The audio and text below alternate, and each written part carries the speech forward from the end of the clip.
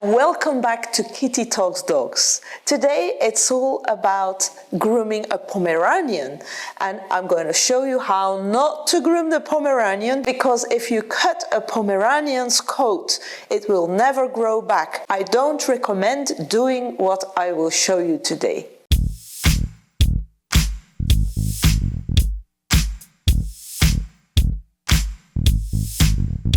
We have with us today Dianto, and Dianto is born in 2018. He's a very nice dog, he has a fantastic temperament, and he's owned by Linda, and Linda is one of my neighbors. I have been seeing Dianto while walking Luna, and I have been passing Dianto a lot, and one day I decided I might as well do a video with Dianto and show you how not to groom a Pomeranian. The Pomeranian nowadays at the dog shows is being styled, but a few years ago the Pomeranian, we didn't touch the Pomeranian, we just clipped around the feet a little bit and that was it. And the Pomeranian had a very long coat, and actually that's how we should all groom the Pomeranian. Nowadays at dog shows we style them, but we don't really go very deep. We just style the tips and we model a bit, but we don't really cut very short into the undercoat. And I think that's the danger. If you cut too short, like in the undercoat, then the coat doesn't grow back anymore, it stays short, and you can never have a long Pomeranian anymore. Here you see Dianto. As you can see, Dianto is a little bit overweight, except playing and walking. He loves to eat very much, but I've asked the owner to do something about that and to give a little less for his own health. And here exactly you can see how broken the coat is. If you open up the coat, you can see there's nearly no coat under there, and it's really very thin, and even if you would try to grow back the coat, it wouldn't become a full long coat anymore. If you are a groomer, I really don't recommend you cut your Pomeranian customers so short, and I recommend you inform your customers about the danger of cutting too short and really breaking the coat. And if you are a dog owner, please be advised that if you cut so short, you will never be able to grow back the hair and have a beautiful long full coat. If you are a groomer and your customer is asking you to groom this style and your customer is informed, it's his responsibility, it's his dog, and I wouldn't mind if everybody knows what's going to happen to groom this way. I've actually asked the owner of Dianto if I was able to scissor Dianto, because he's been scissored anyway, and I wanted to tell you the story about the double-coated breeds and the danger of cutting them too short. So for all double-coated breeds, that's not only the Pomeranian, but also like the Chow Chow, the Alaskan Malamute, the Akita, it's not really good to cut or scissor or shave them, because the hair will break and will not be the same ever again. If you see any products that I'm using and you are interested to have a closer look at them, there's a link down below. If you click on the link, you'll have a blog with all the products I've been using. And while you're there, please subscribe to our channel, and you will also be notified when we have a new video. Without any further delay, let's start grooming.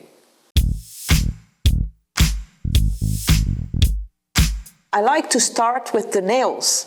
It's something which is done then, and if you do the nails after the bath and you would have an accident with going too short, maybe you would have blood, or then you have to use the blood stop powder, and I like to do the nails before the bath.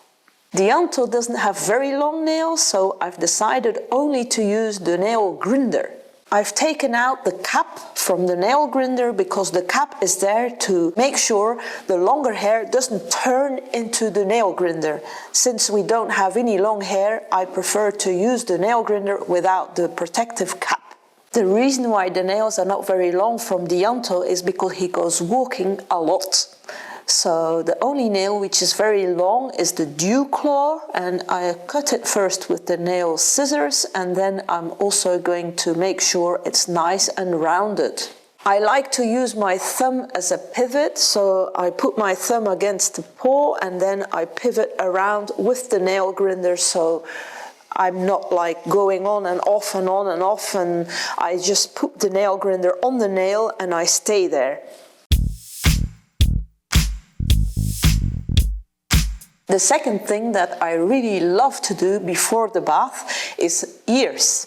I really like squeaky clean ears. I love it when you had the products in there and they smell oh so fresh. So for me it's very important to do the ears before the bath. Anyway, if you do the ears after the bath, you may, with the products using, again, wet the dog, and I really advise you to do the ears before you bathe the dog. I'm going to use the ear care, I'm going to use the wipes, and I'm going to use the big bamboo sticks. It's not necessary to use tweezers or to do anything with the ears, because Dianto doesn't have any hair in his ears. With the ear care, I really like to use a lot. I keep the head up straight. I also like to pull the ear up a bit so I'm not losing any liquid while I'm putting it in there. This liquid is going to dissolve all the earwax and all the bad stuff in there, and after a while, like give it 30 seconds, massage it well at the end of the ear, and then you can just go in there with the big bamboo stick and get all the dirt and the wax out. If there's more wax in there, you can also wet the bamboo stick and go in there again. And then the outer ear, I like to do the outer ear with the ear wipe. A lot of dirt also comes off, because here you see how dirty the ear wipe is.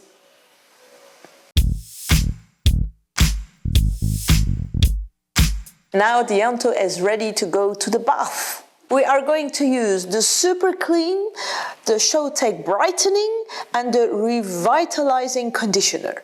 We are going to use the Super Clean 40 because Dianto is very dirty and he's a black and white, and it's really a very good shampoo which is very concentrated for black and whites.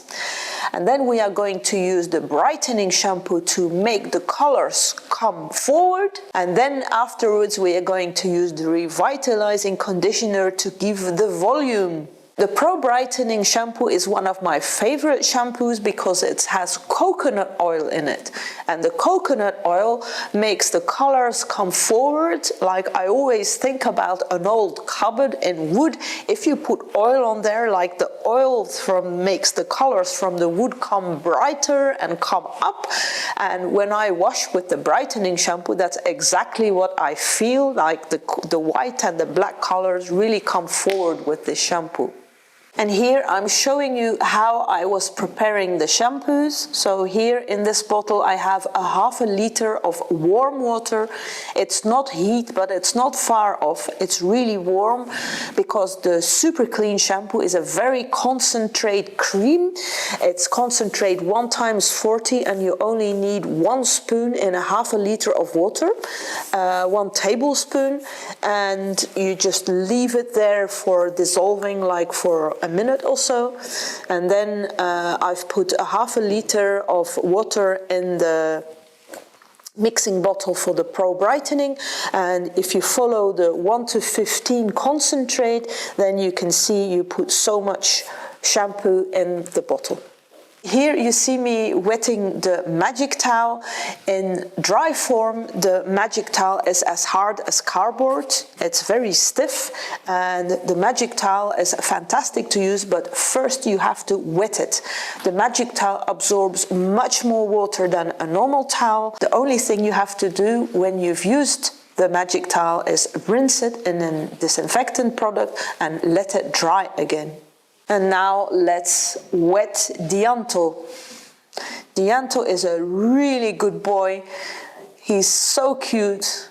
He's like smiling all the time, and he doesn't want me to do his back. So he will turn, and he will turn lots so he always wants to be faced forward.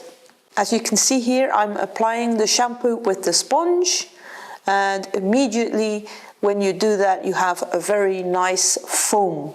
And here, let's do some washing.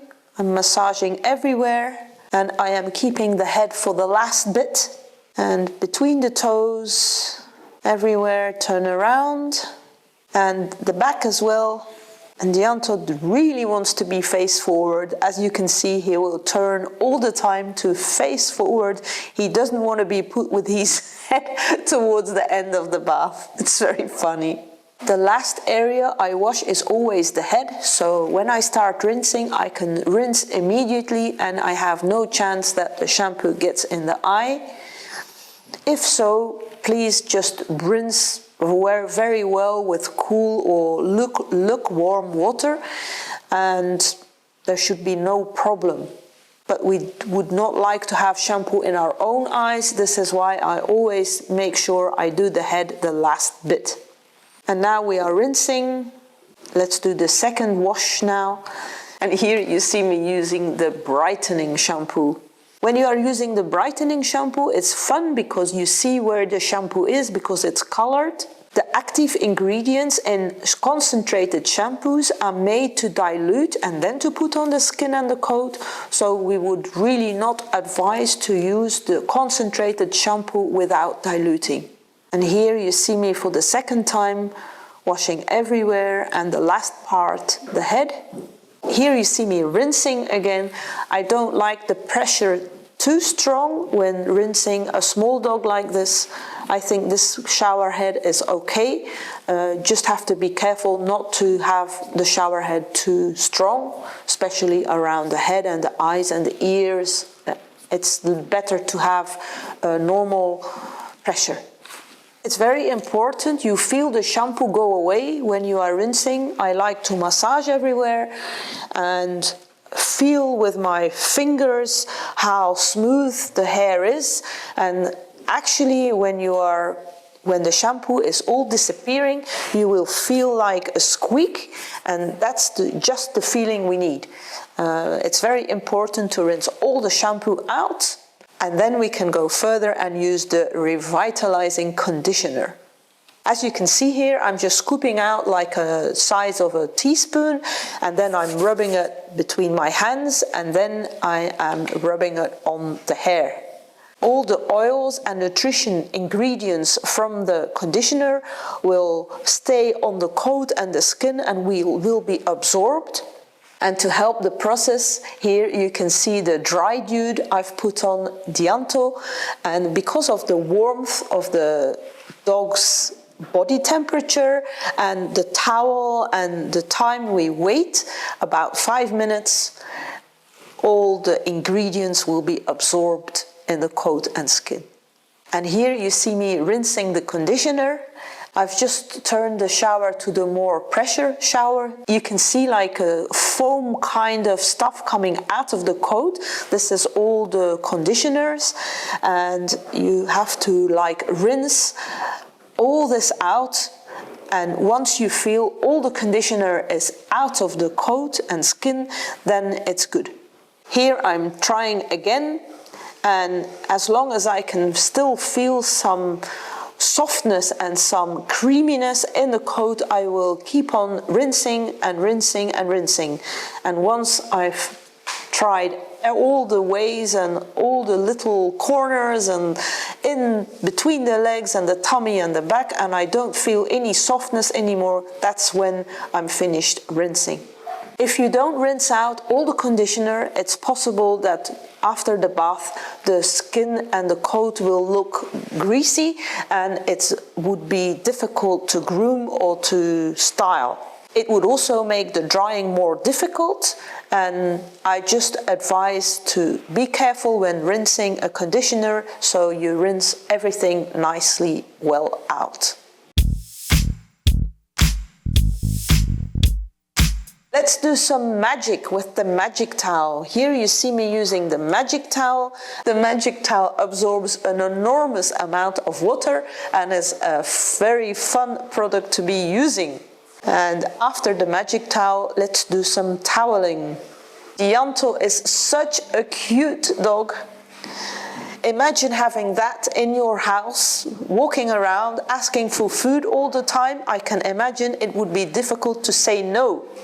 Here you see me using the Zeppelin dryer with the flat nozzle, and I like the flat nozzle very, very much because the air actually from the water blasters are like made in the dryer and then forced into like a little hole at the end.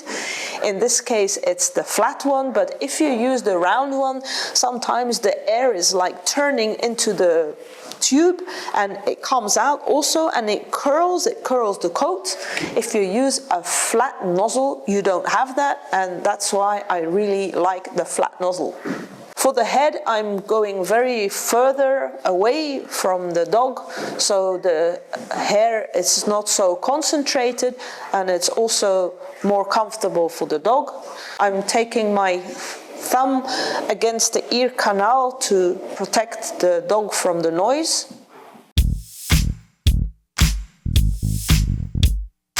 It's time for some brushing, so I'm taking out the hose and putting in the directional nozzle. For brushing, I'm going to use the Tougher Than Tangles for all the difficult parts. If there's a little mat in there, the Tougher Than Tangles will melt the mats away. Otherwise, I'm going to use the Flex brush for the normal grooming, and for the finishing, I'm going to use the Smooth Touch. The Smooth Touch is a very soft slicker with a very long handle, and it has fine teeth which are very close to each other. It's perfect for fluffing up and doing the finishing of all kind of breeds who need volume. When I just start grooming, I really like to put the volume extra low and start slowly, and then gradually put the volume up to get the dog used to the drying. And here you see me using the Tougher Than Tangles. If you are brushing, it's very important you keep the brush flat onto the coat and you don't start doing this. It's also very important when you are brushing a lot, you keep your wrist like flat and you don't do this too much, because if you would do that too much, you would put too much strain on your wrist. If you would do that all the time, you would hurt the dog's skin and the front row of the pins would break very easily. And here you see me using the Flex Groom. The Flex Groom has very soft teeth and they are very flexible, because when you groom, they will take the form of the body. They do exist in different sizes. This is the smooth one, the soft one, the small type. We also have the larger one, which is double, and we have the firm one, which is a very good one for dematting. Now you see me using the Smooth Touch. This is the Smooth Touch, and it has really very, very soft pins which are very flexible, and I like it very much because of the size. It's like just fits very good in your hands, and when you are drying, the dryer nozzle is like this much, this big, and it's just the right size of the slicker, so you can really do a very good job with all the curly coats, all the coats that need volume. And the reason why it's so good is because the pins are so very narrow to each other, so it's normal one time you brush, you have a lot of hair in there. The angulation of the pin is like perfect to grab the coat, and while you are drying, you are actually taking out all the curls, and together with the brushing, the warm air and like the angulation is like grabbing the hair. You can pull out the hair long, and that means you create a big volume.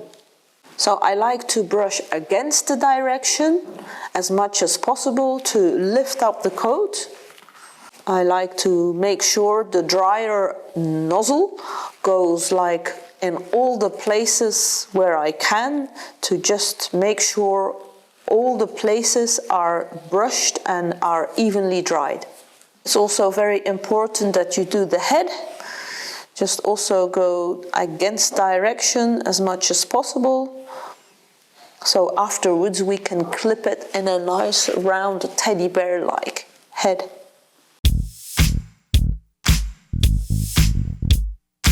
Here you see me using the Heinegger Style Mini. As you can see, I'm gonna clip around the pads, but not only the pads. Actually, I'm going to do all the scissoring with the clipper Style Mini, and I'm not going to use any scissors on the feet.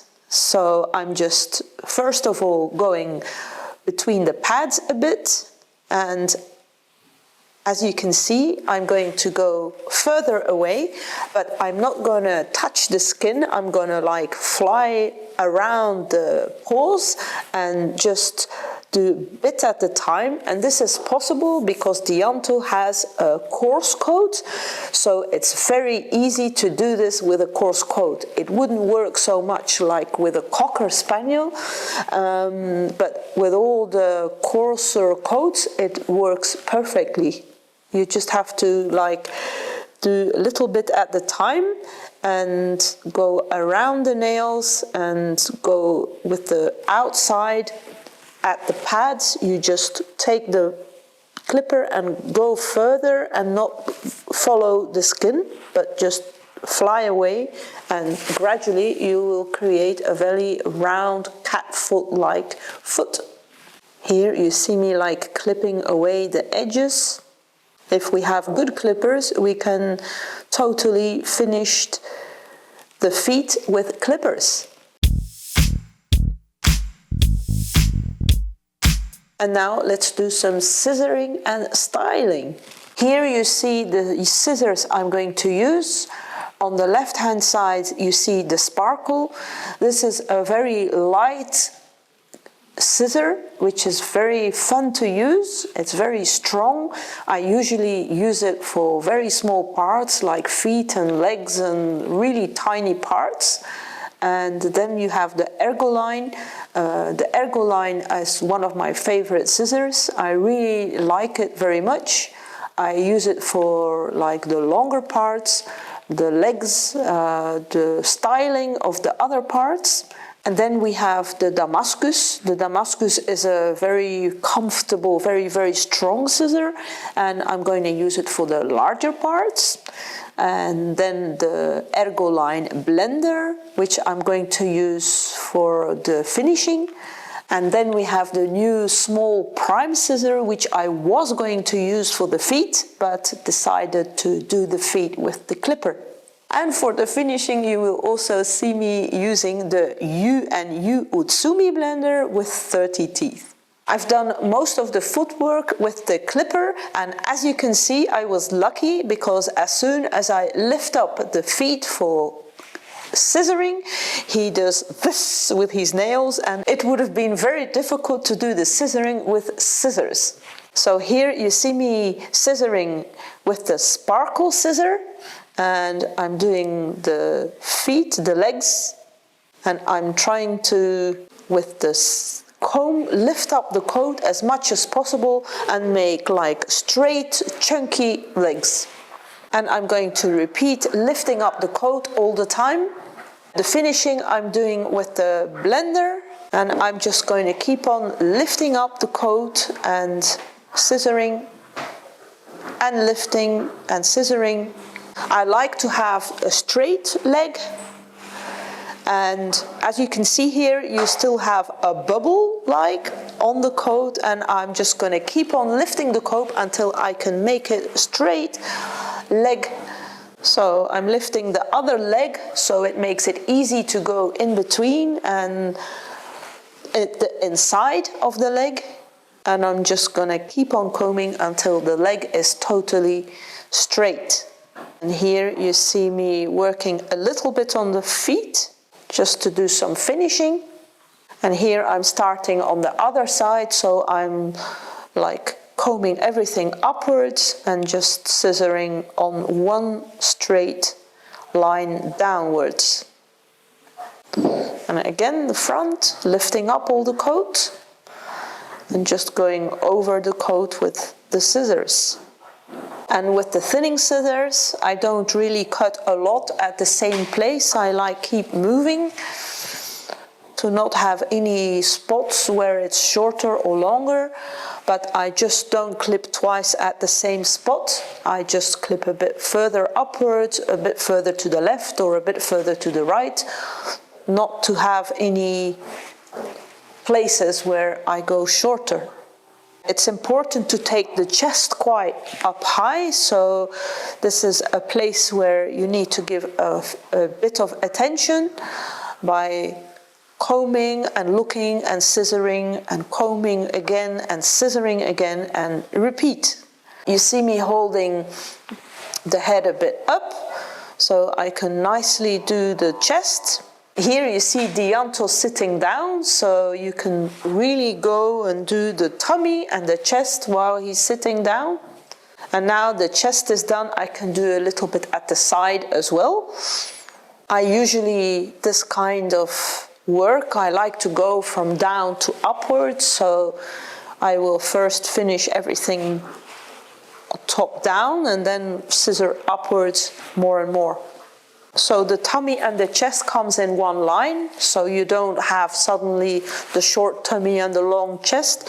If you lift up the paw, you can follow the natural line of the dog,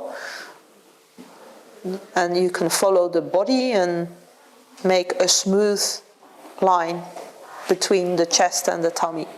Here again you see me scissoring and combing and scissoring and combing at the front leg to finish it. And here I am scissoring at the back foot. As you can see, I don't need to do a lot at the feet, but I am scissoring the legs. And I'm like going very short on top of the hawk. Here you see me lifting up the tail and showing you where the angulation needs to come. So at the tail base it needs to be really short, and then it needs to go out, in, and then you have the hawk. I wish I could do magic with making Dianto look more stylish, a little bit more fit, but he's quite a big boy. As you can see here, I'm showing you with my hands.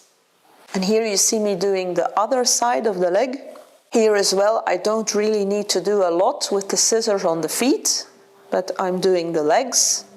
I like to style the legs with a bit of angulation, and I'm like following the normal way the body is built.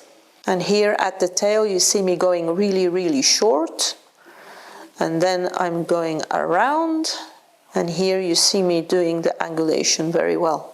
Of course we need to comb all the time.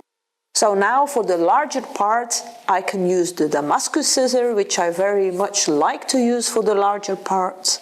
It's very smooth, it's cutting like a knife and butter, we say in Belgium as a saying. It's a very good scissor. And here you see me working on the angulations again on his left back leg. And as you can see, I'm pulling all the hair upwards. I haven't been working on the top line or on the top part of the hair. I'm only finishing the bottom part so far. And here he's sitting down again, and I'm going between the legs, the front legs, to finish up further downwards. And now the tummy, or again the tummy. And I'm like slightly moving the skin so I can see what the skin is going to do. So I'm like, with my left hand, I'm like moving the skin around so I see what the hair is going to do in different situations. And here you see me showing the angulation, how it's going like down and up. And once this is done, we can go more to the top. So now I'm like moving his tail more to the left and to the right to make sure also under the tail it's nice and stylish. We will only have a nice finish when we are doing so much scissoring and combing, and scissoring and combing, scissoring and combing, and repeat. The combing is actually just as important than the scissoring. Imagine you would scissor and scissor and scissor without combing so much, and then your customer or the dog goes home and stays in the wind, or the customer is rubbing on the coat and all the little hairs will come out again, or after the first wash. So when you want a nice finish, it's very important to keep on combing and scissoring and combing. And here I have switched over to the Utsumi blending scissor to do the finishing. He is so cute sitting up like that. Here you see me using the clipper. This time I'm using the Heiniger Style Mini. I would not advise to use the Style Mini on this part because it would be too short, and I'm using the clipper on the longest available length. And here again you are seeing me use the Damascus scissor for doing the top part. And now it's just the finishing. Again with a lot of combing. And now let's do the ears. So I'm holding the ear skin on my thumb, and I'm sure when I'm clipping the coat and not the ear. So I'm feeling with my finger and thumb where the skin is, and then I'm only going to clip on top of my fingers because I'm really holding the skin between my fingers. And now I'm gonna push all the hairs to the front and make sure I have a nice round head between the two ears. And I'm just gonna keep on combing and making the hairs stand straight up. And I'm also like pushing the head forward, and that way the ears will stand up, and then I can slowly and gently scissor around the ears. And here it's just repeating with this combing everything up and scissoring. It's also quite difficult to take the head in with your nozzle with the Pomeranians, because mostly they don't really like you holding their muzzle, and it's quite easy when you can just put your hand behind their ears. It's also quite important to do it quite short here, so then you can go short and then it like comes back out to the chest. So here you see me now adjusting the neck and the chest towards the head, which I just finished. And here you see me doing the sides and the shoulder again. And combing and scissoring and combing and scissoring. So now the only thing we need to finish is like the top line. And the top line needs to be in line of the back, not too short. So the headlight needs to be inside of the whole body and not like cut out. And here you see me going further and making the chest more come out. Yes, here you see me showing the chest and then coming out, coming forward. Once more pushing all the hairs to the front and making the head as round as possible. And now finishing the tail. Just combing and cutting. There's not much we can do, but do it as it was before, because here you clearly see the hair not being very long and you can like see where it stopped growing. And here I'm finishing another time the leg and another time scissoring at the tummy. And here you see a finished Dianto. This was how not to groom the Pomeranian. And why? Because if you groom this way, the coat will not come back as it was before. So once you are grooming this way, you have to keep on grooming this way, or the coat will be very, very bad looking, and actually it's not good for the coat. If you are a groomer, sometimes we are asked this way. I would not recommend it, but if you have a customer that is asking for this style, it's not your dog, it's your customer's dog, and if the customer wants something, you have to do what the customer is asking for. Just remember, once you do this style, you cannot go back. Dianto looks extremely cute. There's not much maintenance at Dianto, and Dianto is a very happy dog. Here you see the before and the after pictures from Dianto.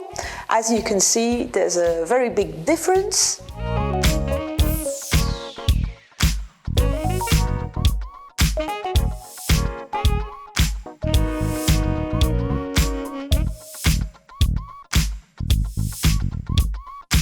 If you like this video, please give it a thumbs up. Don't forget, all the products I was using in this video are down in a link down below, and please subscribe to our channel. Thank you very much.